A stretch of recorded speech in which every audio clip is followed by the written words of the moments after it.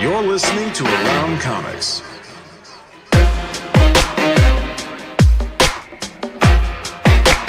Comics.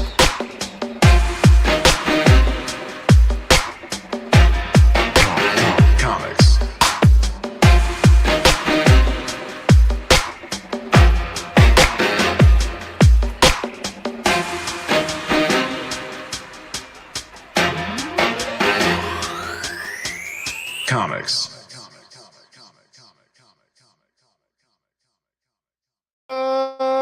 You are listening to Around Comics 434 with special guest star Dr. Zack Kruse in the house. I'm Brian Salazar. With me, as always, Christopher Niesman.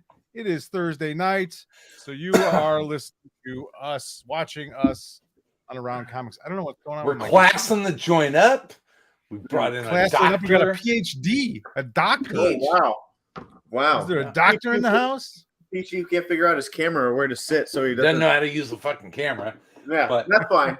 So as Sal said before we hit the record button, we are just keeping the Illinois to Wisconsin ratio balanced here because we have our newest inclusion to the Scani Army, formerly from the great state of Georgia, now transplanted behind each other. Yeah, he was in Georgia for like a year. Mm-hmm. He was in Georgia, Indiana, Michigan. Yeah. Are you just going to make your way all the entire country, all 50?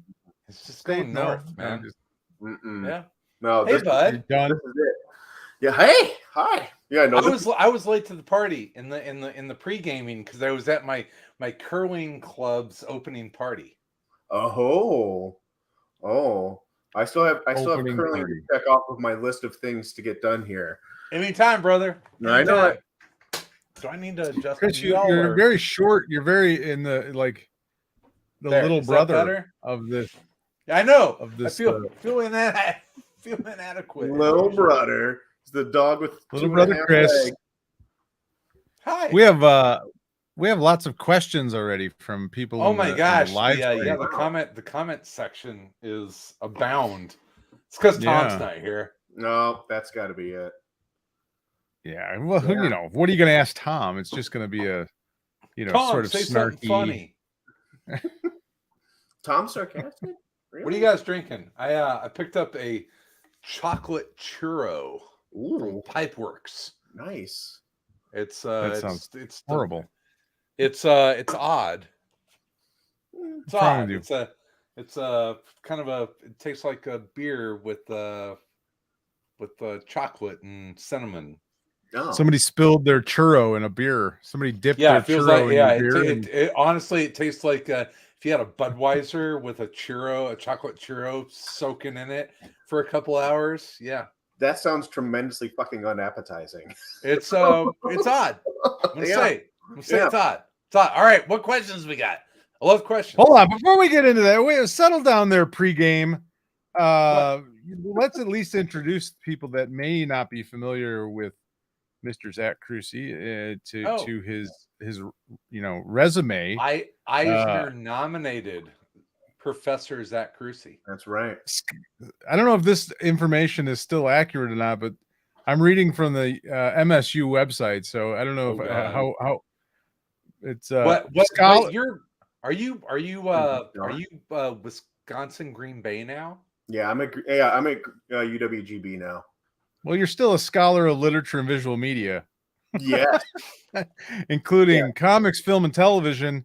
Author of Mysterious Travelers, Steve Ditko and the Search for a New Liberal Identity from the University of Mississippi Press. Your publications have appeared in Critique, Studies in Contemporary Fiction, the Journal of Comics Studies, Studies in Comics, and Source Notes on History of Art, among other places.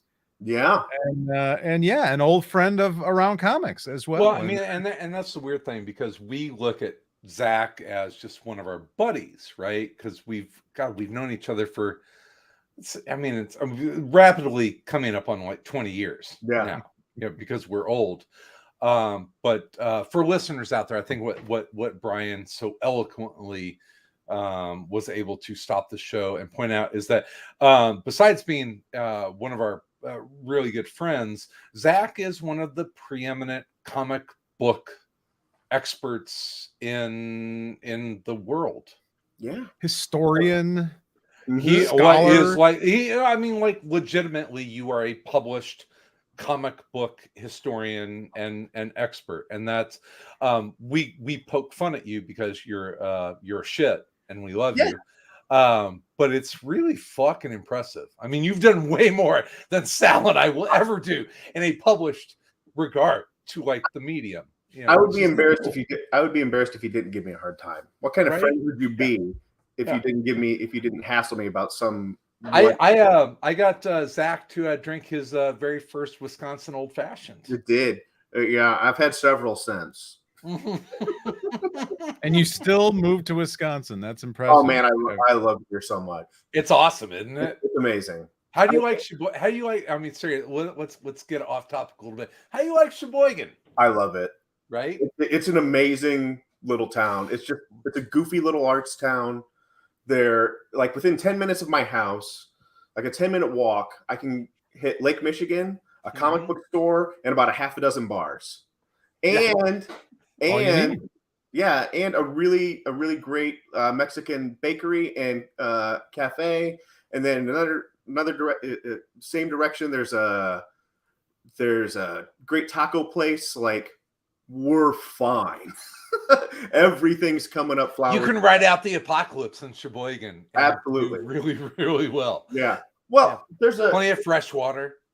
So there's two comic book stores in town. One does new comics, and the other was just like a consignment back issue thing. They got like toys and stuff. But I went down to the other place today, the back issue place, and I pulled out, like 5 Charlton horror comics, $3 a pop. Okay, sold. I'm happy. You're such a nerd. I'm happy to pay you. It's like you walk into every comic shop, you're like, "Can you show me to the Charlton section?" I mean, Am I alone in this regard? Am I? Yes, you are. It's like you and Hillary Barta and like 4 other people. That's fine. Don't tell anyone else. Leave it alone. Because we are underpaying for these issues. I want to keep underpaying for these. Oh, I just you just spiked the market on Charlton Comics now. Here at the AC bump, as we call it. It's forget it now. It's just going to go through the roof. I've ruined it. I've ruined it for myself and on all my compatriots. Yeah. So you settled in, unpacked, getting there? More or less. I mean, all my comics are still in storage. Not all my all my old stuff is still in storage. So we got to get those up here. So I told Marta, it's like, yeah, really good friend of mine has moved to Sheboygan. Gonna get him to come down to Milwaukee and we can hang out. And she looked at me, and this is Marta, what you'll love. She's like, fuck that. I want to go to Sheboygan. They need to invite us. Yeah. Like, okay. I can probably arrange that. We have a spare bedroom. 3 sheets here. Okay. Yeah. Down. We live like an hour and a half away from each other. That was the goal of this entire podcast, wasn't it? Just to get you invited to Zach's house. Yes. Is that I want to go to a cookout. To Sheboygan. They are home of the Sheboygan brat. Yeah. Chris is looking for what Chris is really looking for is a Sheboygan side by side. You kids at home can look up what that is. That sounds. I don't know what that is. I'm a little afraid. It's fine. Don't worry about it. It sounds a little weird. Sounds a little freaky, Zach. I don't know. From a PG rating, are we PG-17 now? No, Sheboygan side by side is two Sheboygan official brats side by side in a single bun. So it's a sausage party. It's a double brat. It's nothing like the Chicago combo, which is still when I remember our buddy Mario Muscar came to Chicago for some sort of show or whatnot. And we went to Al's Italian Beef on 18th, and he ordered a combo thinking it was an Italian beef and a side of fries. And no, that is not a combo. A combo is an Italian sausage topped with an Italian beef in a bun with fries. That's a You know, lot. that is one of the things that we have in common with Zach that I think would be an interesting discussion tonight, is that he is one of the only other people that I know that went through the similar hell that we did of running a comic book convention. Oh man, yeah, we all did that. You were Big AppleCon, right? Apple Or Seed, Apple City Con. Apple Big Seed. Apple, Apples, Apple City, Big Big Apple's Apple a is- different city. That's a Yeah, different Apple, city. yeah. So Apple City Con. Yeah, I mean, and to be fair, I mean, you guys are largely to blame for that. So our idiocy of running the Windy City Comic Con. oh yeah, I was inspired. I mean, that's not a joke, right? Like, Yeah, it was awesome, right? yeah, it was an amazing. Those both of those shows were they're incredible.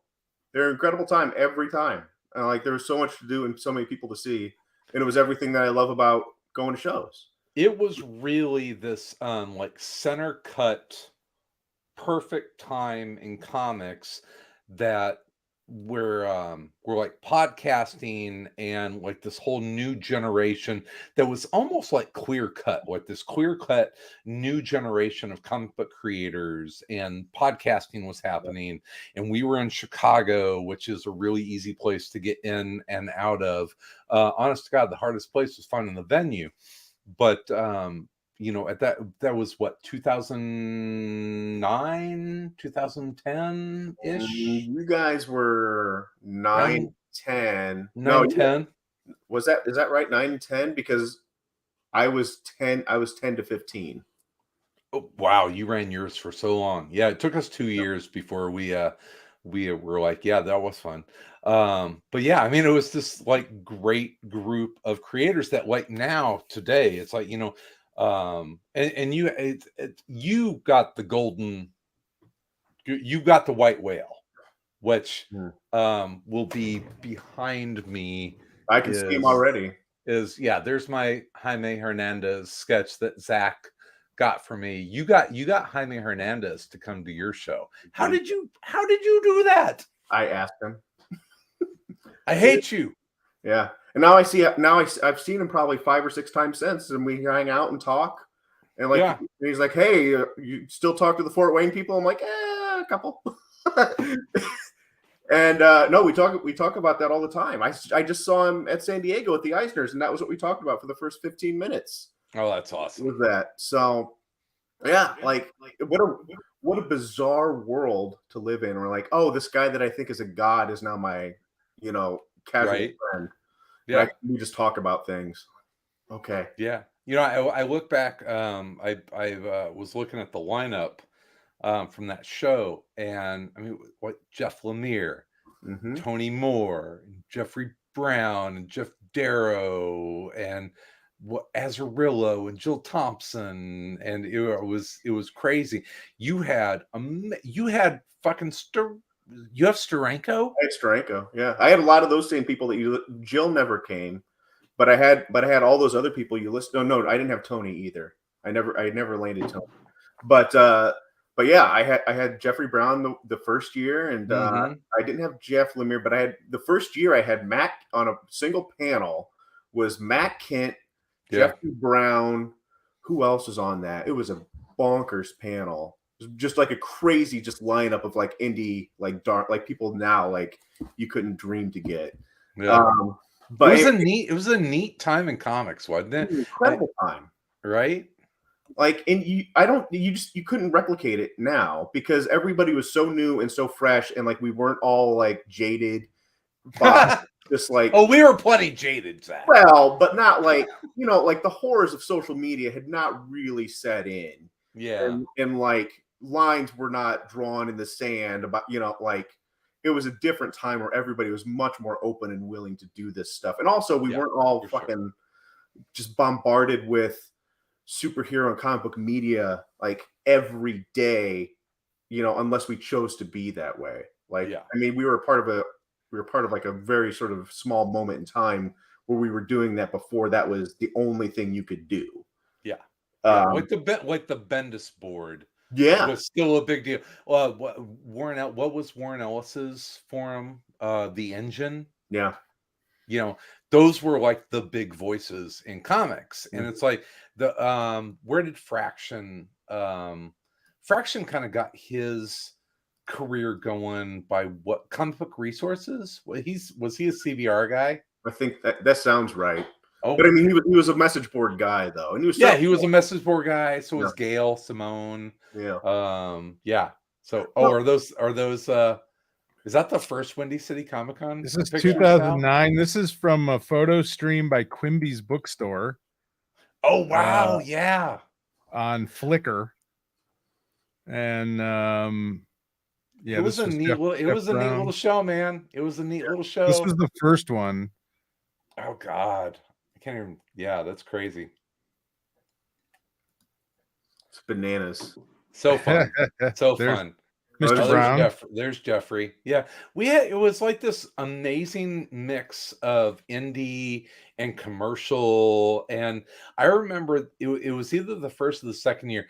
I got this very angry email from some comic book creators in Chicago. They're web comic artists, and they were very angry that we were not doing anything for web comics. And I was just like, okay, well, we just hadn't thought about it. You want to do a panel? And they're like, yeah. So I actually have a photo stream that I did, Sal, and it's got pictures from the webcomics panel. And this is like 2009. It's like webcomics were kind of in their infancy at that point. So, and that was kind of our attitude, was it was going to be a juried show. So we weren't going to let just anybody come in and set up. But we were definitely, incredibly curated. Friendly. It was curated, but we were friendly to what was going on with newer artists. Yeah, listen, we just had a bunch of friends that were in comics, and we wanted to hang out with them. We didn't really.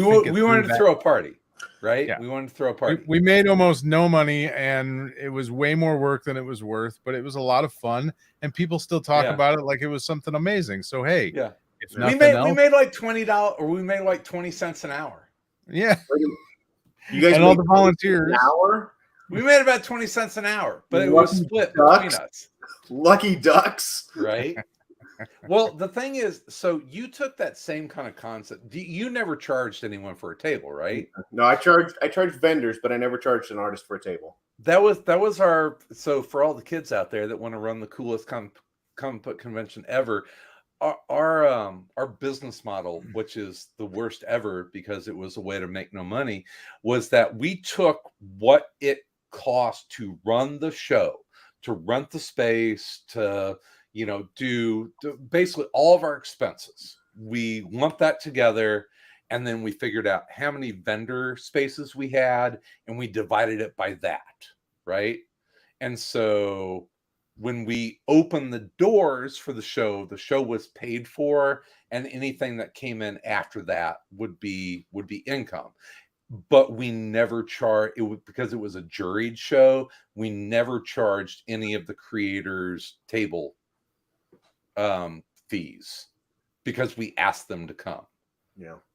Yeah. And we made it a totally creator, and this is what you did at your AppleCon, was you made it a creator specific show where the creators were in the middle of the room and the vendors are on the outside.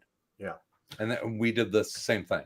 Yeah, because I know that you guys feel this way too. That's why I was there. That's why I did it. It's because of a passion for the medium and the friends that we all had and were making at the time, who were making these books that we all loved and gushed over for however long. That was the point, right? That's always the point to me.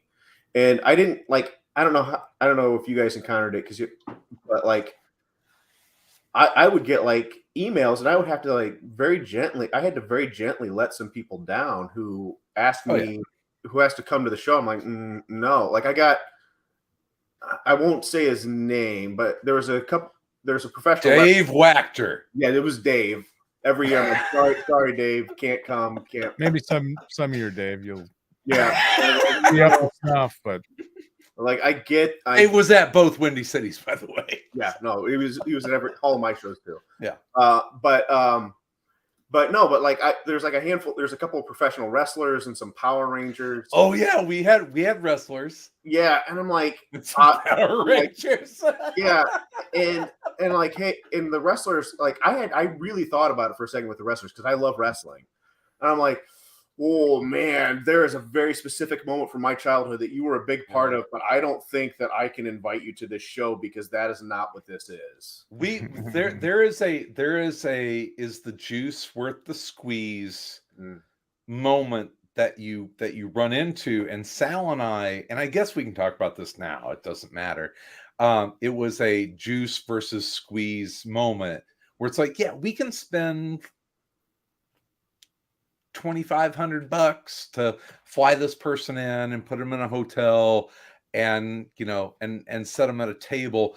Is it going to make the show more than $2,500?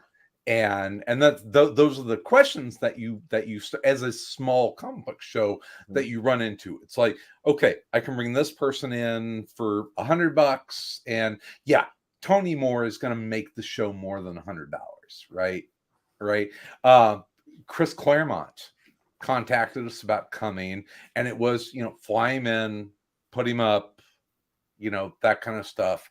And it's like, yeah, okay, this is going to cost us like, $2,500 to $3,000. Is Chris Claremont going to bring $3,000 of return in the show? And I think we ultimately decided, no, probably not. Yeah. Is he going to put 300 more people through the door? Right. And we were at that point, it's like, we're actually worried about having too many people. So yeah. That was a weird moment of saying, no, we don't have space for you, Chris Claremont. Right. Well, I had to have that same conversation with myself about Steranko. Right. And I mean, for Jim, it was ultimately the right choice because for a small city like Fort Wayne, like, right, Jim will put asses in seats, and also was like really into doing the media, like local media stuff, because that's who he is. He enjoys holding court very much. So for Jim, like that I had to do that same calculation, and ultimately I was like, okay, yes, Jim's going to bring. I'm gonna at least break even on this, fine, and then even breaking even, he's gonna put enough extra people in the alleyways to be spending money with Sean Pryor and Dave and Mike and whoever else. Sure, where it's fine, fine, do it. I thought for a time that you were going to pull off the impossible.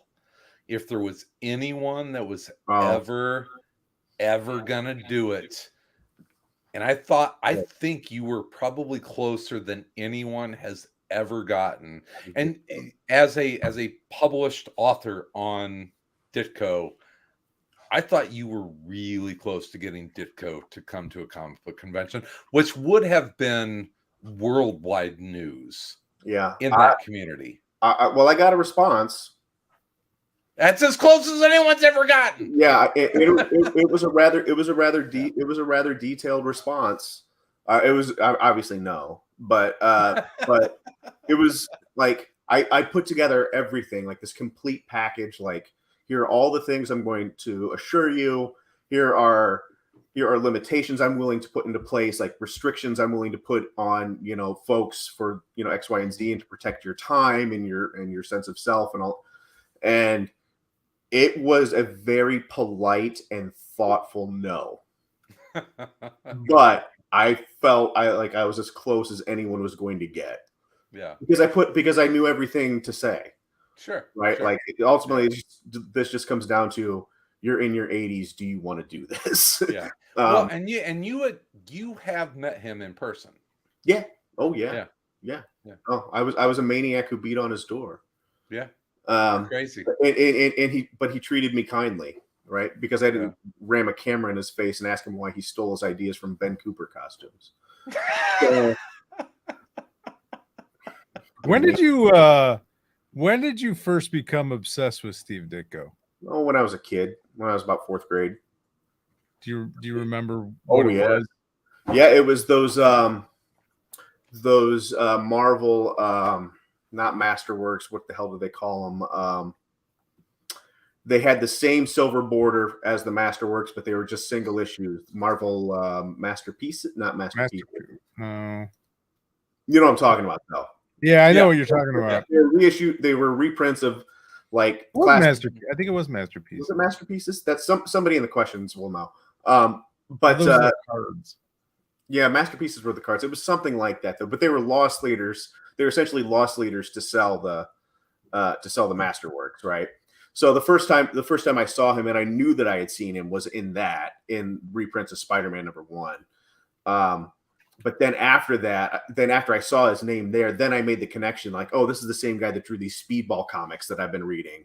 Oh, and Jesus. And then it sort of snowballed from there. Mm-hmm. But he was the first person. I've said this before, but he was the first person. He was the first artist that I knew who they were. Right? I mean, okay. I had like a good sense because I was like 10, you know. But so I had a good sense. Like I understood that, like, yes, Spider-Man, the Spider-Man that I'm reading, this is Eric Larson, Todd McFarlane Spider-Man. This is a very specific look, but I don't really know anything about this beyond the fact that this is what Spider-Man looks like, right? But Ditko, like, I knew, like, this was a very distinct take or version of the character that was different from anything else that I was reading. Mm-hmm. And for starters, because of all the people were, you know, I wouldn't say ugly, but they did not have the toothpaste smile. They weren't pretty. Right. Yeah. It's not Romita's toothpaste smile, right? Like plastered over these characters. And it certainly wasn't, you know, the buxom babes of, you know, the 90s, you know, McFarlane, Liefeld, Larson, you know, era. So, you know, everybody just looked different and weird and strange and alien. And the character moved in unusual ways. Like even compared to like McFarlane, the character moved in unusual ways. And there was just something really captivating about it. And I became, you know, hooked on him from that point. But it wasn't until like I had like some imagined sense of disposable income that I really dug into like all this, not strange. Well, some of it's strange, like the stuff that like the stuff that like no average Wizard reader would have access to. Right. Like I didn't get into that until I was like 19, 20 and like had, you know, 18, 19, 20 and had like summer jobs and stuff. But I knew all the Marvel things that he had done, like, you know, Spidey and Doctor Strange. And you know, Speedball and you know, even the Squirrel Girl stuff. Like I knew all those things really early, but it wasn't until much later that I read Blue Beetle. I was like late high school, maybe freshman in college, first time I read Blue Beetle. At least his Blue Beetle. I knew Ted Cord. But so really since I was 10, and been, you know, just kind of thinking about it ever since. It was just such a, like, you know how like you pick up books and like they just click with you, mm-hmm. like or characters or artists click with you. I mean, it was a similar experience with Love and Rockets. Like the first time I read, you know, Love and Rockets and like really got to see, you know, Maggie and Hopi together. Like it was just immediate. Like I understand these people. Like I understand this world. I understand these voices. I understand this conversation because of the music and the art and the way that it's all sort of being the humor. All it's just being propelled towards me in this way that this is a language I understand.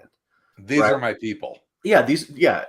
These are my people. It's the same. I mean, and I'm not saying this to be like, you know, mushier because I'm here, but like the same thing that like I feel like when we all became friends and we've met the people that are in our sort of shared circles and communities, like you look at them, you're like, no, these fucking guys get it. Like, I'm safe here. We can talk.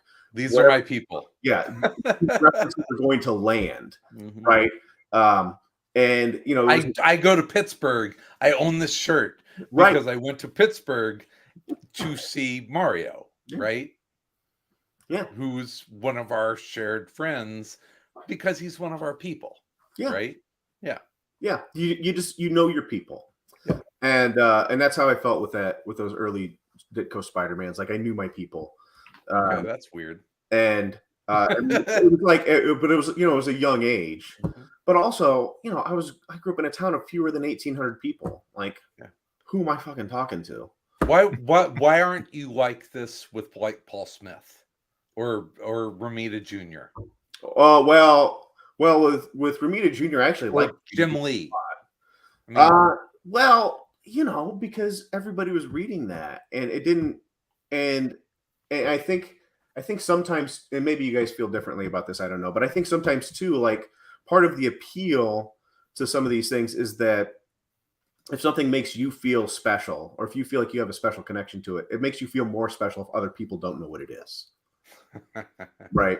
If other people like don't automatically know this, like if you're a fourth grader and you drop a Steve Ditko reference to your friends, and like they're like, okay, but so do you want to trade me for this Ryan Sandberg card or not? Right? Like, no, like there is something about that makes you feel unique and special in a conversation, right? I mean, I would be lying if I said that wasn't part of it as a kid too. Like this arcane bit of knowledge that belongs only to me and not any of you fellow toddlers, right? Like, which has led you to a career teaching about knowledge and wanting to have that special knowledge, that special powers, those special powers that the average person does not have.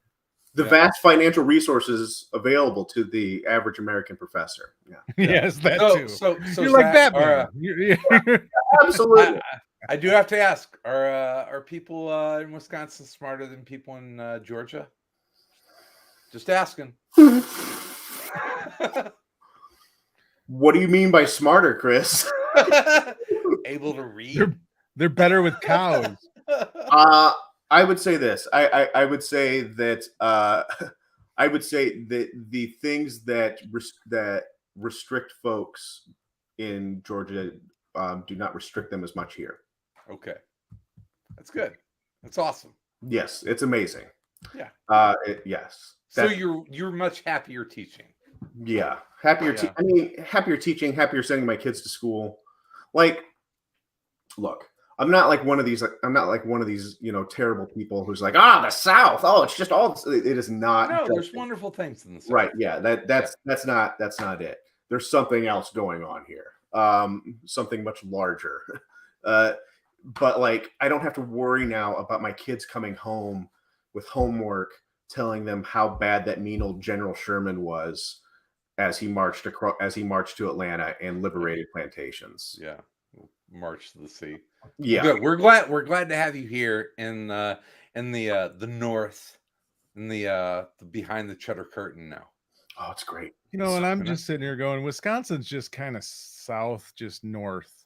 It's south north. It's outside of there is a lot of Arkansas in Wisconsin. Yeah. I've been to both. It's not that different. It's colder, but that's. I got to hard disagree with you on that one, man. It is like you got to live there for a year, and then you come home, and you're a whole year. Yeah, you got to live there a whole year, and then you come home and your eyes are as big as dinner plates to just everything. And they ask you, how was your life? And you go, oh, I don't know. I don't know how to answer that question. So I saw your artwork for this episode. Have we all read this? This being Fantastic Four Full Circle, which is the Alex Ross Fantastic Four story that is kind of dancing between the raindrops of the Kirby and Lee version, right? Mm-hmm. I would lie if I said I read it. I looked through it. It's really pretty though, right? It is pretty. Yes, it's very psychedelic. Yeah, it's you'll read it. I mean, it's not a story that's going to change your life or anything like that. It's a Kirby Lee 1960s Fantastic Four story. It's updated a little bit, but man, Alex Ross, I mean, in a non-Alex Ross way, really crushed this book. Yeah. Yeah, the fact that it's not painted is what put me over on it. I'm like, I want to see more of this. Yeah. If he had painted this, I don't know that I would feel the same way about it. It would have been beautiful. Yeah. It would have been amazing. But he really plays with that 1960s psychedelia with the color palette, and it's so kinetic, and it's just absolutely his tribute to Kirby. It is so pretty. This will be a book that when I want to go back and just read an awesome FF story in part of an afternoon on a rainy Saturday, I will grab this and just go revisit it. It's that good. Yeah. You guys sound like it's a bad thing that Alex Ross is an amazing painter. No, it's exciting and fun to see him do something that I know, but there's always this weird thing with Alex Ross of like people love his covers, but they don't really like his interior work because I love his interiors. Painted. We don't get enough of it. And if he can do more by doing this instead of painting, I'm all in, because this was amazing. You know what I mean? As opposed to, I think he's a great painter, but I just think when I see that painted stuff, it makes it feel stiff to me. Yeah. I mean, which is not to say that it's not beautiful, which is not to say that he's not brilliant in every step of the way. I think that he is. But like, I look at that, I'm like, I get it. This is gorgeous, and the layouts are great. Mm-hmm. This feels. It's the other side of Ditko, where like everyone is like weird and odd. Like Ross, everyone is like statuesque, right? Like sculpted almost. Yeah. Yeah, I mean, it feels posed more than fluid. Well, famously uses a lot of models. Sure. To yeah, and I don't mean what I'm saying. I don't necessarily mean that as a critique or to say that that's bad or good. It's just not what I'm looking for. I want something that is moving, in some way. Like something that's twisting my eyes around a little bit. And that's why I think this Alex Ross kind of splits that category, where it was Alex Ross, but it felt more kinetic. Yeah, I agree. It was Alex Ross with a little Kirby thrown in to make it feel a little bit more alive. Yeah, no, I think this feels I think alive is the right way to say it. That's how I would say it. Yeah, it feels way more alive. Yeah, it was fun. It's a really fun book. Mm-hmm. Yep, it's got a nihilist. Yeah, and it's gorgeous. Gorgeous. It's gorgeous.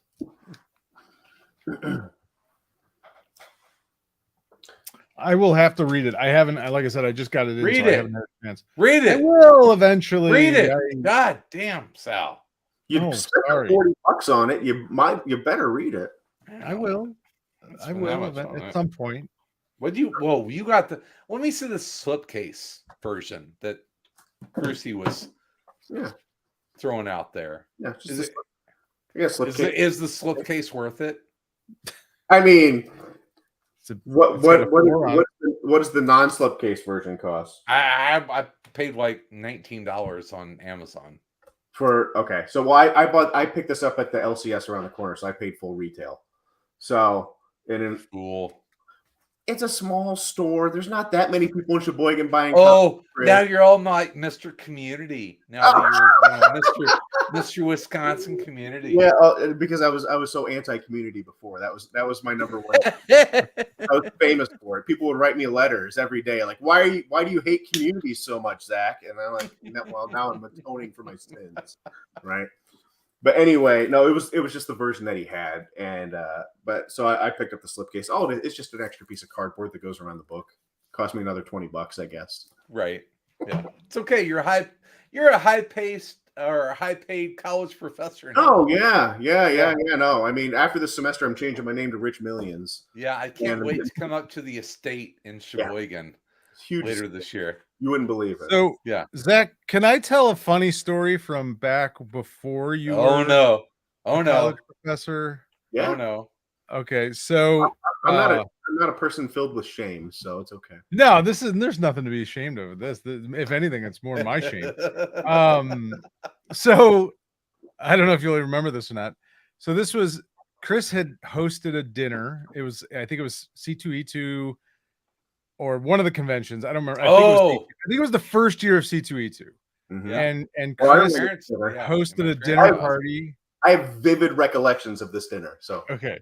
So does this end with someone puking on the No. Okay. I don't know. Well, I'm sure there was. But I mean we're downtown, we're at Chris's. It was actually at your parents' house. It was my parents' house, yeah. They were away. Their townhouse. And you cooked, and Mario was there. Everybody we knew was like, it was huge comic book nerd, awesome. Wood and Price and amazing. Will Pfeiffer was there. Yeah.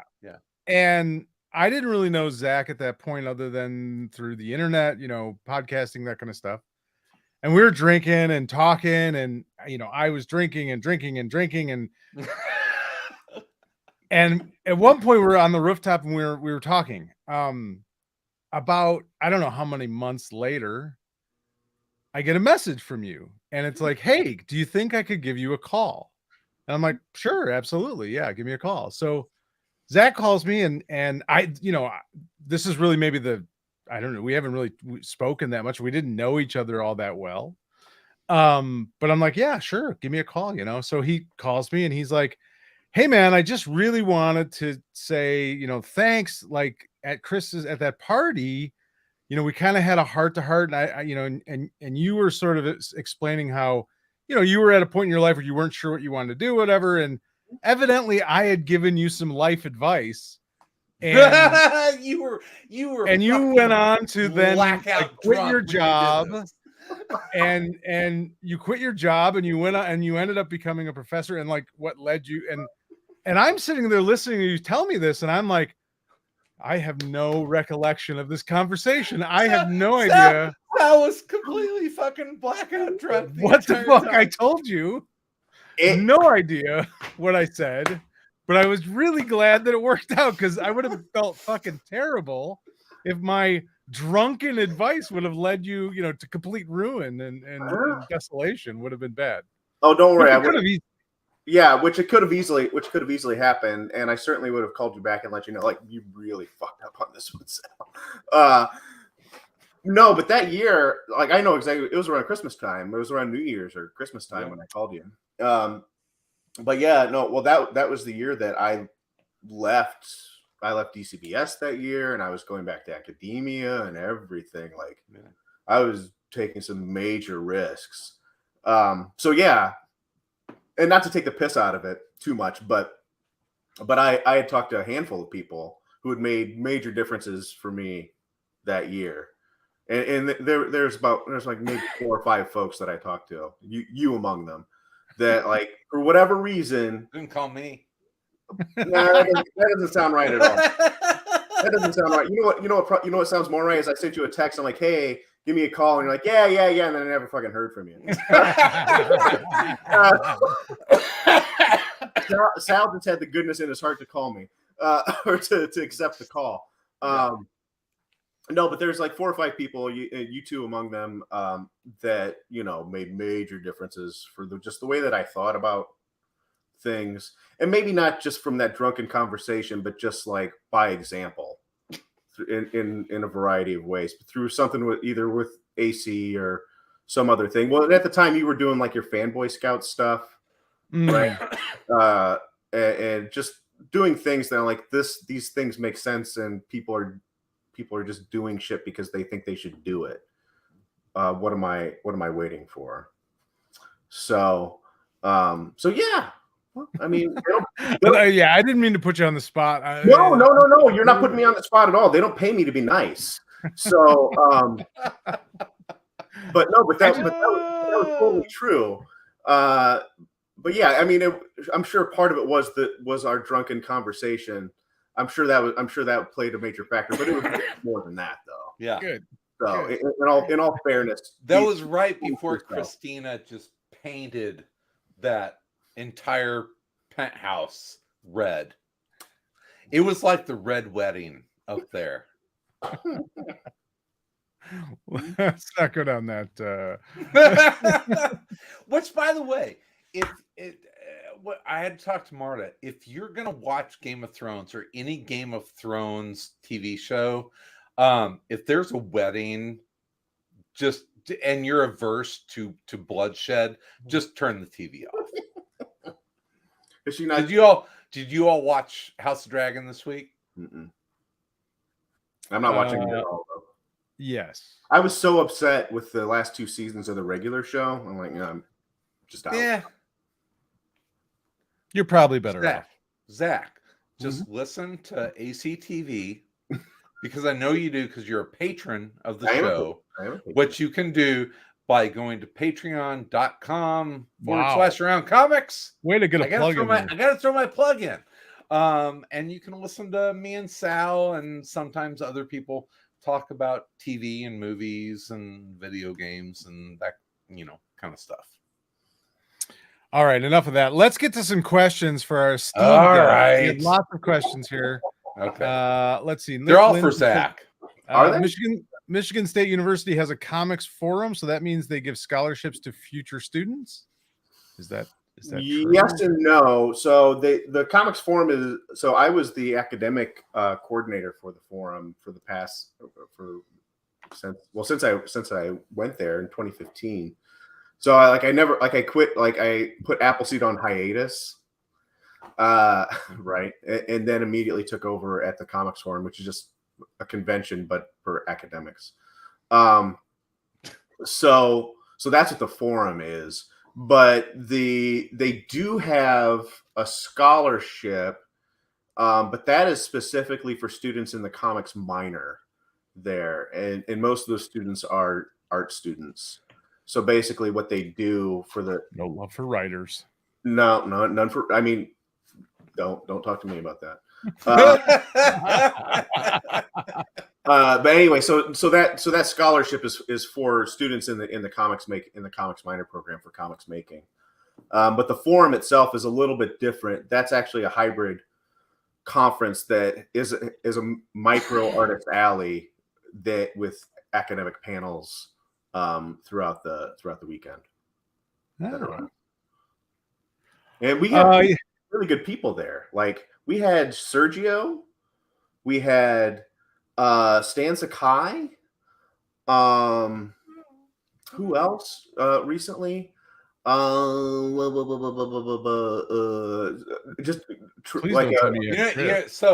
Sal, you're big time whenever you just say the first names. We had Sergio, Stan. Sergio. Yeah. Oh, we had Seth. So that one's not big time because he's only Seth. So next question. With being part of a university, does Marvel, DC, or DC Warner Brothers give you free access to its comics library digitally for study? Absolutely not. No. No chance. No chance of that. They don't care. No. No, and in fact, though, it's serious business, though, because the copyright stuff is really serious. Yeah, I bet. And they try to go after academic publishers for reprinting pages and stuff, which they can't do, but they do it anyway. So take that for what it's worth. How were you with the book of any of the copyrighted Ditko material? Well, most of it, a lot of the stuff that I use is in public domain.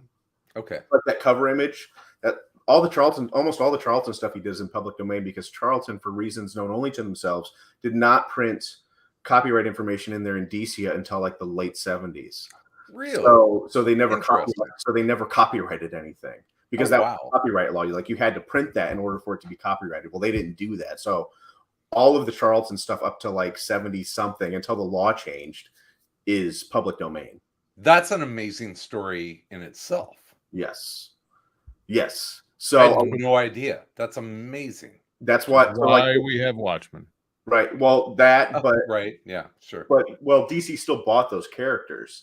Yeah. But if you wanted to reprint something from, say, those Captain Atoms, then you could totally reprint those. So don't give me any ideas. Yeah. So those Fantagraphics Ditko collections that they put out that Blake Bell edited, that's all public domain. Okay.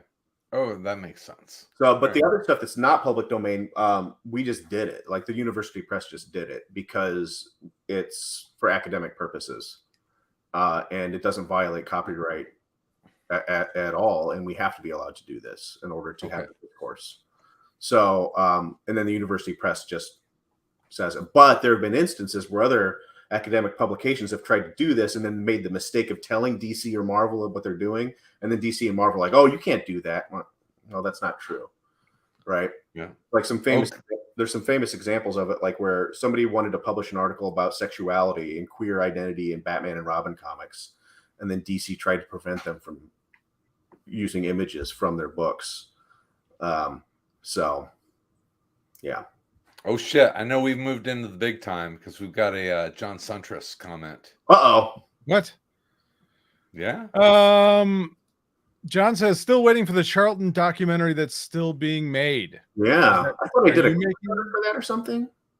Is that right, John? Was there a Kickstarter for that? I remember that that's been like years and years that they've been talking about that. But there is a new book about Charlton that tomorrow's is coming out. John B. Cook is doing a quick and dirty lay history of Charlton. Which just said, "Shut up." That was his only way to be a part of the conversation, John. Well, Same old John. Yeah, that's the thing I miss from the old show that we have now is that John's not going to walk into one of the rooms and sit down and take over a microphone and then completely take over the conversation. No. Well. No! Here comes John now in my basement. There's John now. When I was a boy. Love you, John. We love you, John. Are universities that have comic book programs connected in any way? Here in Seattle, we have UW facility in another city that 30 minutes away that has an office cover with comics. I can see from the bookstore. Nick, I'm not sure what that question is. I don't know if that's a question or a statement. Are you looking for directions? I'm not sure. Well, there are a few major comic scholars at UW. I know that. Like Jose Alanis is there, and a few other people. Speaking of college and comics, Zach, you've been to the University of Ohio. Has the comics? It's what I've been there. Is a comics museum or their comics wing? It's LeBron James Comics Museum. Yeah, that's what it is. Sorry, I touched my head and then I looked at myself in the screen and like things just got completely out of control. You're gonna get that. You need to get that toupee under. I do. My piece is all out of joint here. Anyway, so no, at Ohio State, so Michigan State University has the largest public collection of comic books in the world. That's comic book. Oh, Michigan State does? Yeah. So the MSU library has the largest collection of comics in the world. Really? Yeah, not even close. That's why I went there. I'll tell you about Randy Scott in a minute. Or maybe we can talk about Randy later. He's interesting. He was in the Weathermen. But Ohio State has the largest collection of comic and cartoon art and publicly available. I wanted to talk to you about that because it was neat. Yeah, it's incredible. No, it's not. It's neat. Not. It's neat. It's not. Neat. It's not. Let me put it this way. I saw more interesting original art at C2E2 than I did at the art museum in Columbus. In that installation. Yeah. So I think that there's still, and this is my argument, is that I think there's much more important art and certainly larger collections of important comic art in the private domain than there is in Columbus, Ohio. That way. There were some secondary Frank Miller pages from some Daredevil runs that were neat.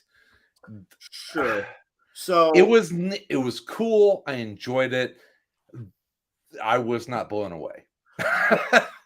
fine. Yeah. Yeah. Fine. And I no sarcasm in that fine at all. Yeah. There's more in that collection than what's out on display. Why? Why is there more? Why would you keep the good shit tucked away? Well, because it's an archive and they don't even know. They actually haven't even cataloged it all yet. Okay. Yeah. So I mean, it was neat. It was cool. I loved it. That it was amazing being in a comic art museum, right?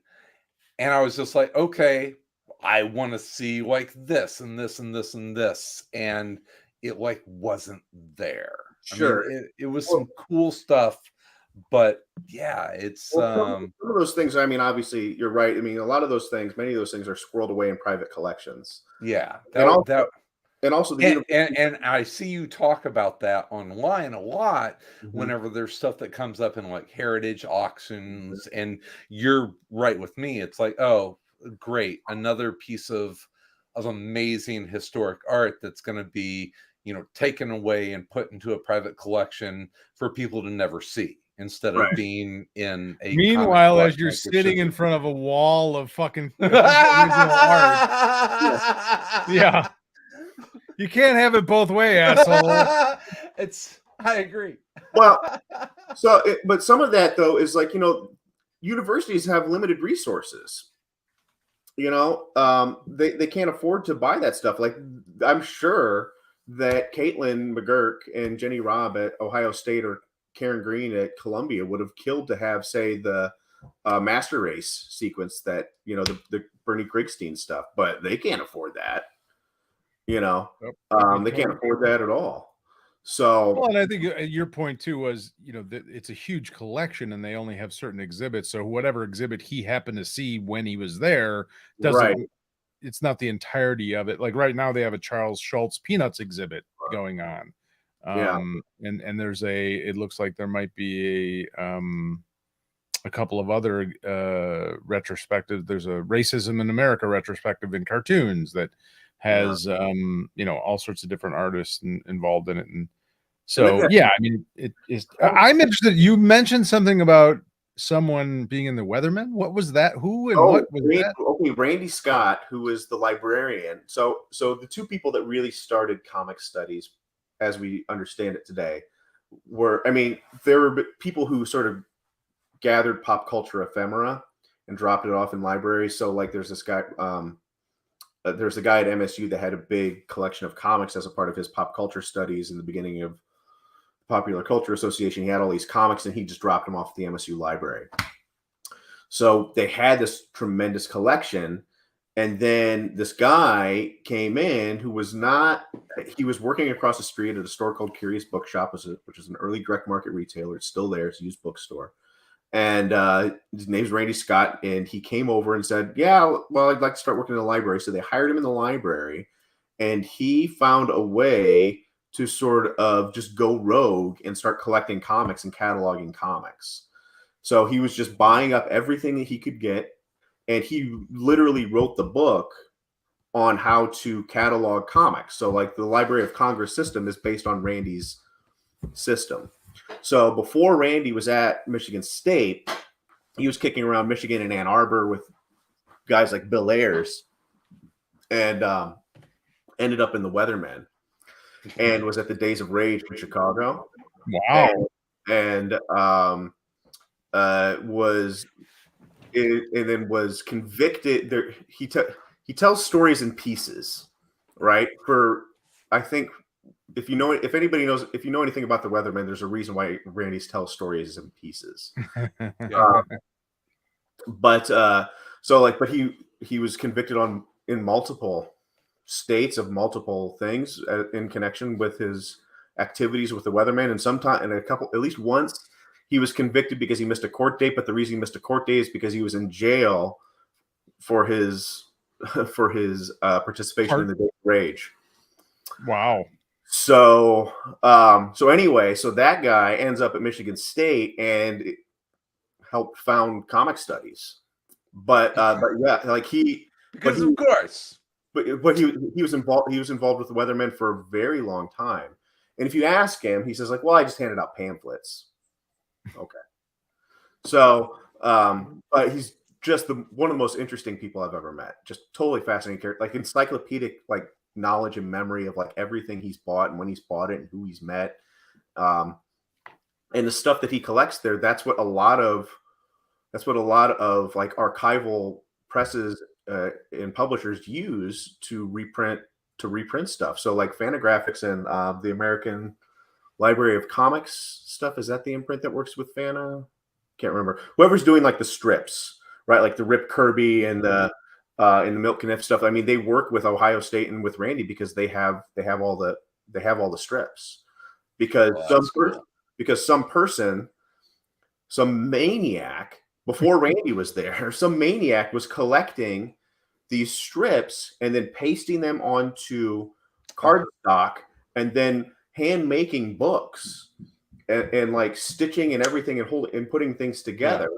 Well, I mean, honestly, those are the first comic books, right? Were collections of strips, right? Right. But I mean, this person's like doing it every day, like by hand. Yeah, but the thing, what no one ever says is that those strips were put on human skin. Right. That's the big thing. Yeah.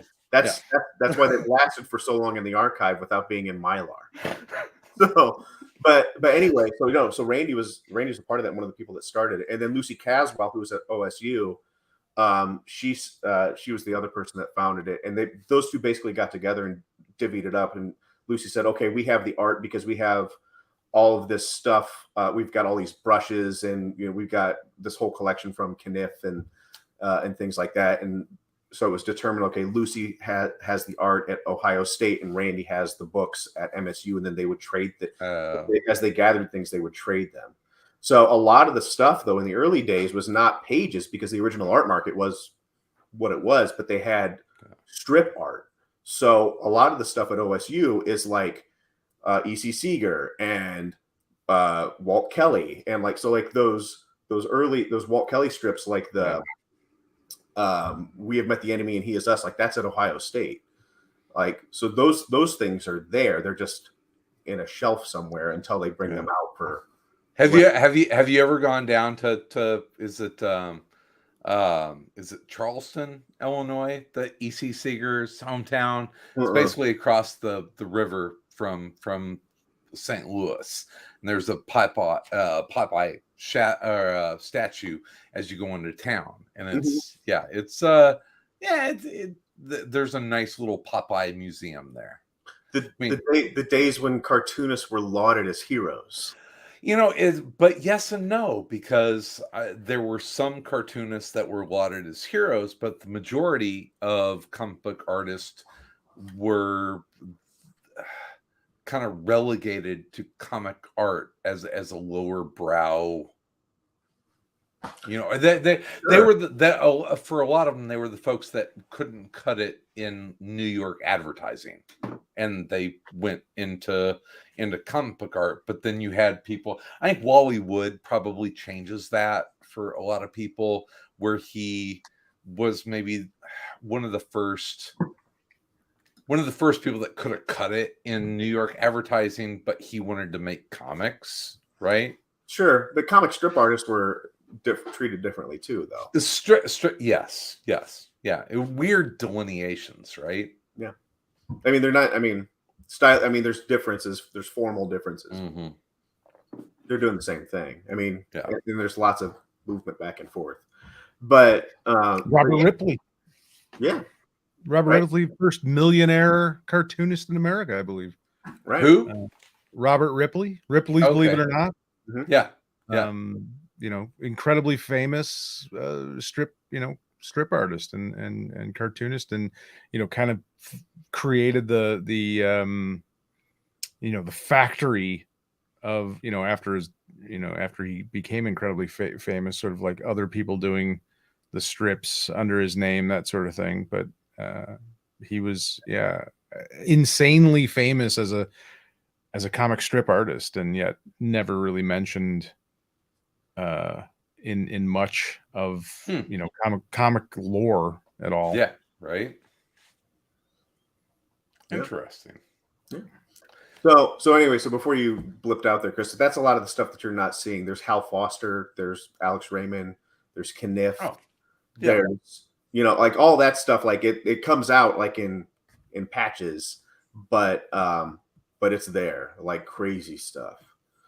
They've got the Neil Adams page they've got the Green Lantern, Green Arrow page. What have you done you've done things for the purple skins, the orange skins. Oh, What have you done for Green Arrow? Yeah. I think I saw that when I was there. I mean, it was cool. It was good. I enjoyed it. I'm glad I went. Listen, all I'm saying is that just apologize now to the entire state of Ohio, or it's really cool. It's neat, but to go back to it before I clipped out. It's whenever I see you comment about like original art auctions, you usually say, "Oh, great, something to be, put away in a private collection that no one is ever going to see, instead of going into a museum where it should be." And yes, as I sit here in my office, surrounded by probably 50 or so pieces of original art, I will say, yeah, that stuff needs to be available for everyone to see. So, and you know what? When I die, it will be donated somewhere. Sure. So, I'm going to give it to Sal. Sal gets all my comic books and my original art. Yeah, Marta's going to love that. Yeah. So now she already said that's cool. Now it's Sal's responsibility to donate. It is, and now you have to find a museum for my. And I have like eBay.com. Hey, when Alien Legion becomes recognized for the great comic book that it was, I own several pages from the first 6 issues of Alien Legion. Hey, speaking of that, so you know who I went to the Ditko convention that they had last year in Johnstown, and Carl Potts was there. And I talked to him a little bit. He's awesome. Yeah. Just a great human being, first of all. But anyway, so I mentioned the Alien Legion stuff to him because I read that because of you guys. Because it's amazing, right? Oh yeah, it's also amazing. But I probably would have just went past it and grabbed something else if I had not put it on AC.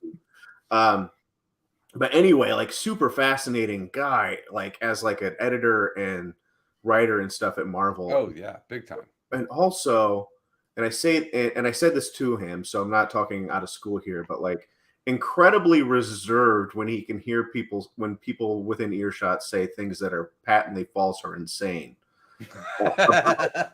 about comics and like the things that he saw and did and knew about, while he was working at Marvel and other places. Really, really professional person, let's say. Oh, that's awesome. Yeah. Very cool. Like, because there was a person there who was just saying some bullshit. Batshit things. And Carl and me and a couple others are sitting there going, this is fascinating. This is the first I'm hearing about this. Carl, you were there. Have you heard about this? No, I've never heard of this. Oh, okay. Well, moving on. That's amazing. Yeah. Awesome. What did he say about Alien Legion? Typical stuff. Like how it is. Like when we encounter people and like, oh man, this book is so great, and I loved it. And they go, oh, thanks. Well, I really appreciate that. And that's basically it. Yeah. Well, can I get you a beer? And he said, oh, okay. Oh, okay. All right, Here's guys. The oddness of the reality sometimes where the importance we put on the work compared to the people that did it is sometimes not as equal. It's just sort of like, hey, it was a job. At some point it was my job. This is what I wasn't thinking necessarily at the time that it was, groundbreaking. When you remember when we had Don Glute on the show? I remember that Don Glute was on the show. We had Don Glute on the show, and for folks out there that don't realize this, Don Glut, beyond being a writer, and he came into Chicago. He sat down with us at Dark Tower Comics. Don Glut wrote tons of Bronze Age comics, a lot of Marvel team ups, and a lot of like secondary and tertiary Marvel comics. He also was a part of like the writer's room or creative team that basically created the He-Man and the Masters of the Universe. Like Gray Skull is called Gray Skull because his ex-wife's last name was Gray, and so he called it Gray Skull. So whatever. And so we had it was Tim Seeley and Tim's brother, who are two of the biggest He-Man fans. Tim and Steve, they're two of the biggest He-Man and Masters of the Universe fans I've ever met in my entire life, and they were so fucking geeked up to meet Don Glut and talk about He-Man and the Masters of the Universe. And Don was just like, yeah, it was just a job. And they were just like, yeah. They were so geeked up about it. And he was like, yeah, it was a job. Yeah. I mean, a lot of those guys are like that. Yeah. Well, I think a lot of it is, when you're creating something, maybe you're not thinking in the sense of like what it is going to accomplish or necessarily what effect it's going to have on people. You're just telling a story, or you're, drawing a story, or whatever it may be. And then it takes on a life of its own. And what it becomes to people is that's the art form. That's what, like that. It isn't, I think it's probably more rare, especially in more of the, commercialized stuff like comic books and TV and movies and things that are made specifically as commerce, to then all of a sudden it becomes something that is really important to someone else's life. It's like, well, I wasn't trying to do that. It wasn't, you know what I mean? Like that wasn't, it was just like, yeah. Hey, cool. Bills today. Yeah. Yeah. And also, well, I was gonna say, and also, I mean, artists don't really know the effect of their work, right?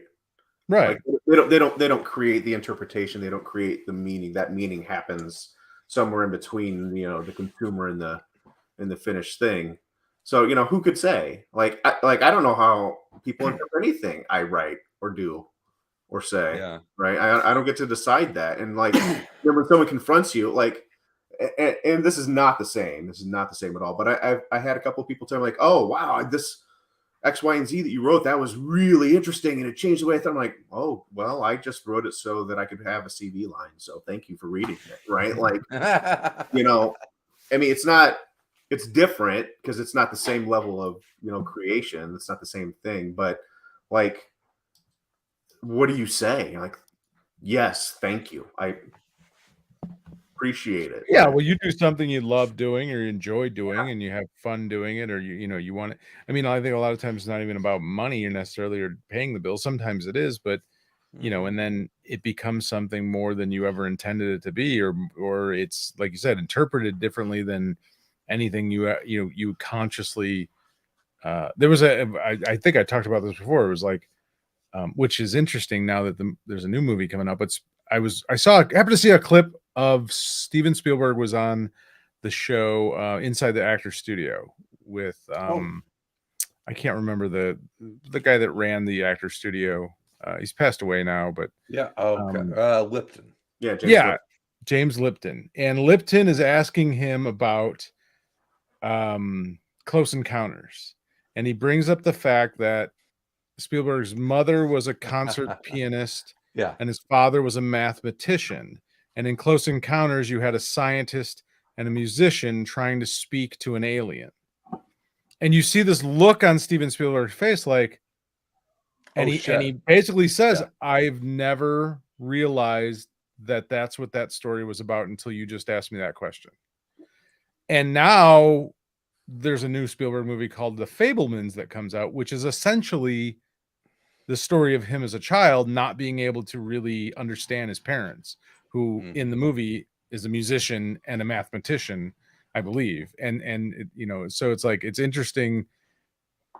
He had no idea. It was years later, someone else brings the idea up. James Lipton was his, like psychiatrist for the day. Well, it was just it was just like James Lipton standing back from it is seeing something that Spielberg making it didn't intend. He wasn't trying. He didn't consciously know that that's what he was doing. He was telling a story about being a child and not relating to his parents. And how do I, I want to be a filmmaker. They're, one of them's a musician, one of them's a scientist, and I don't relate to either one of them as a child because I want to make movies and they don't understand that. And so he makes this movie about an alien and communicating to the alien as a musician and a scientist. But he doesn't understand that that's what he's saying. He's talking about himself and he's talking, you know what I mean? Like, it's so deeply rooted. And so it's like, how do you ever know that why does that movie have a connection with a bunch of people? Well, because it's about a kid who doesn't understand why he can't communicate with his parents. And we don't even understand that necessarily watching it, but we have a connection to it because of that universal sort of thing. And I think it's a perfect example. Oh, I just deleted Chris. Oh, there he is. So yeah. WTF. Sorry, I accidentally hit a button and you were gone. Want me to do it again? I'll do it again. There, you're gone again, Chris. It's just me and you now, Zach. All right, now let's talk bad about Chris. There he is. Oh, hi, Chris. What are you doing here? I'm the one that invited you to be here tonight. Oh, yes. Right. Sal wanted Seeley. I didn't. I said no. I said, hey, do you want to get a guest? And Chris said, yeah. Who? And I said, I don't care. Whoever you want. He said Tim Seeley. And I was like, you know what? How about Zack Kruse? He's like, I did not say Tim Seeley. He said whatever. I said Zach, whatever. Zach would be great. Listen, I said, let me bone up on my Steve Ditko and we'll talk. All right. Listen, just get him on here. He's going to bore us to death with all his Ditko shit that I don't care about.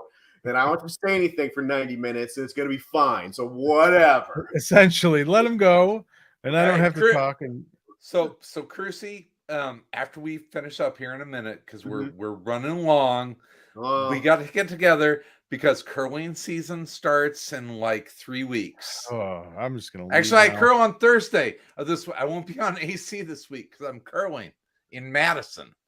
Oh, so you know what? You may be back with Sal and Tom next week. Tom and I could talk about crazy Packer dads. Oh God! Oh, that would be amazing. Yeah, I don't think that's Sal's gonna hate it. I don't think I'm gonna be here for that one. I think this might be the end of Around Comics. Yeah, I'm curling in Madison next Thursday.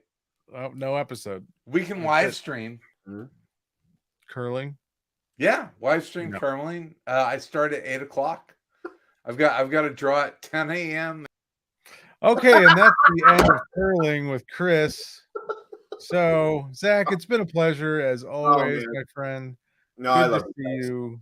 And thanks for coming on last minute. You know, there was sort of always good to talk. I'm glad things are going well for you again. So, are you working on any other books? Are you working on anything new in the near future? I just had an article come out on a movie from the 50s called The Werewolf, which is one of only 3 werewolf movies from the 50s. It's about nuclear holocaust and vaccines through the conduit of werewolves. So, which is what the movie's about. So that's the article. That's on Horror Homeroom, which is available. Now he's back. And then I have another thing coming out about how much I hate sci-fi movies. Not science fiction movies, but like movies produced by the Sci-Fi Channel post Sharknado. Oh yeah, they're pretty terrible. Stanley's Harpies. Okay. I can see. I wrote a pretty scathing book chapter about Lava Lantula.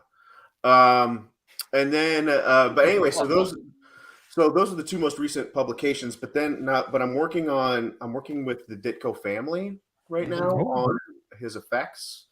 and working through like what they have and getting things cataloged, because there's a couple of auctions coming up that they're doing. So I'm working with them to organize those things and figure out what to do with them and what they are. So that's a project in and of itself. And then I'm working on another thing right now that is Seems about like that could be a documentary. it. Right? Should be. Right? That's But and then I'm doing another thing about race and the carnival. So Interesting. nice. Race in the carnival. yeah, white. Well, I want to be the first to invite you on. We're just in the process of starting a new podcast called Film Force 5. Oh, I know. And we would love to have you on that sometime. So think of some themes, some subjects that you would be interested in talking about. And yeah, we'd love to have you on that as a reoccurring guest for sure. I can do double duty because I'm teaching intro to film in the spring, so I can just start. Look at that. This is what I love. Actual experts. See, I'm talking on podcasts instead of us idiots with no expertise. Oh, I got another guest today. It's gonna be awesome. Dave O'Malley. You're gonna love Dave. I don't know who Dave. I don't know who that is. Dave's amazing. You're gonna love Dave. Let me guess. Dave.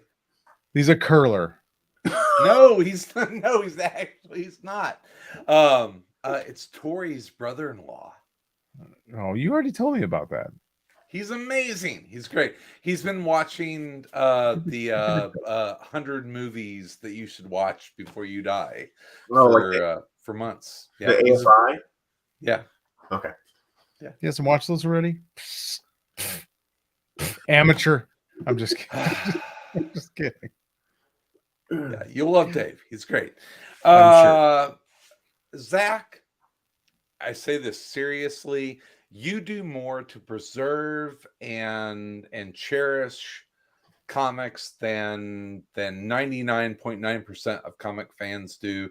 And I want to thank you for that. And thank you for being a guest tonight. Appreciate it. We love you, and you're welcome back anytime. I love you too. And we have a Brewers game to catch at some point here.